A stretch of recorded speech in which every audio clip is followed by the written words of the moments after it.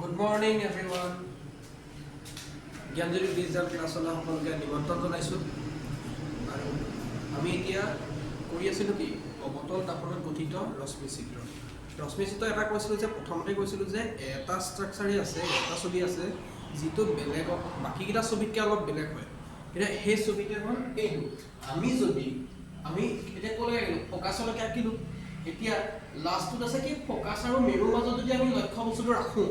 তেতিয়া কি হ'ব ফ'কাছ আৰু মেৰুৰ মাজত যদি আমি লক্ষ্য বস্তুটো ৰাখোঁ এনেকুৱাতে যদি ৰাখোঁ তেতিয়া কি হ'ব তাৰমানে সেইটো কৈছোঁ এতিয়া এই বস্তুটোৱে মই কি কৈছোঁ যে সদায় অলপ বেলেগ হয় বাকীকেইটা ছবিতকৈ কি নহয় তাকে চাওঁচোন আঁকি চাওঁ প্ৰথম এটা কি হয় জানাই প্ৰথম দাপোনত পৰি কেনি যাব ফ'কাছৰ মাজেদি যাব এইটো হ'লে চবে জানে তাৰপৰা নেক্সটডাল আমাৰ কেনি যাব বুলি কৈছিলে এনেকৈ থাকিলে দাপোনত পৰিব সি তালৈ যাব কিন্তু এই ভাস্কেটৰ সমান্তৰালকৈ যাব লাগিব ইয়াত তুমি দিলা এইডাল দেই এনেকৈ যাব বেয়া এইডাল নহয় ভুল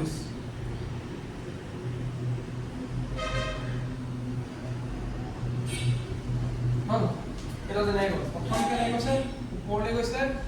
নেক্সটডাল আকৌ এইফালে আহিছে তেতিয়া চোন এডাল ক'ৰবাত কাটিছে নেকি এতিয়ালৈকে নাই কটা আমি ইয়াক কেনেকৈ কৰিব লাগিব এইডাল বহাই দিয়া দাপোনৰ বেক চাইডলৈ বহাই দিয়া দাপোনৰ বেক চাইড হৈ গৈছে যেতিয়া আমি ডট লাইন আঁকিম ঠিক আছে আৰু এইডালো এনেকৈ অলপ বহাই দিয়া চোৱা ক'ত কাটিলে এইখিনি কাটিছেনে তাৰমানে আমাৰ প্ৰতিবিম্বটো এইখিনিতে গঠন হ'বনে প্ৰতিবিম্ব এইখিনিতে গঠন হ'ব এতিয়া তাকে আপুনি ক'ব পাৰিবনে যে আমাৰ কি হ'ল আগতে আমি ইয়াত এ লৈছিলোঁ ইয়াক বি লৈছিলোঁ এইখিনি হৈছে এ ডেছ এইটো হৈছে বি ডেছ এইখিনিতে চোৱা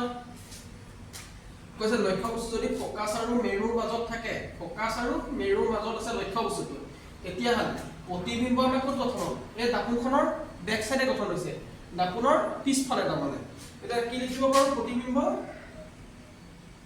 দাপোনৰ পিছফালে গঠন হ'ব এতিয়া আকাৰটো কেনেকুৱা হ'ব এই আকাৰটো ইমানটো আছিল এই আকাৰটো কি হৈছে ডাঙৰ হৈছে তাৰমানে কি লিখিম তাক ডাঙৰ বুলিও লিখিব পাৰোঁ বিবৰ্ধন বুলিও লিখিব পাৰোঁ বা বিবৰ্ধিত কোনোবাই ইয়াত ডাঙৰো লিখিব এনেকৈ যিটোৱে ভাল লাগে সেইটো লিখিবা ডাঙৰ আৰু প্ৰকৃতি কৈছে এইটো এই প্ৰকৃতিটোৱে অৱতল দাপোনৰ ক্ষেত্ৰত বেলেগ হয় বাকীকেইটাতকৈ এতিয়া আমি কি জানো যে অৱতল দাপোনত গঠিত ৰশ্মি চিত্ৰ যিখিনি হয় তাৰ প্ৰকৃতিটো আমাৰ কি হয় হট আৰু ওলোটা আমাৰ হয় হট হয় আৰু ওলোটা হয় কিন্তু ইয়াৰ ক্ষেত্ৰত চোৱাচোন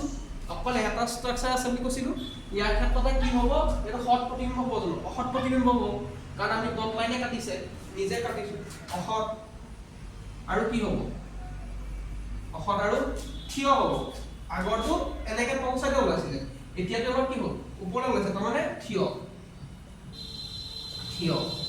এইটো কথাই কৈছিলোঁ তোমালোকক যে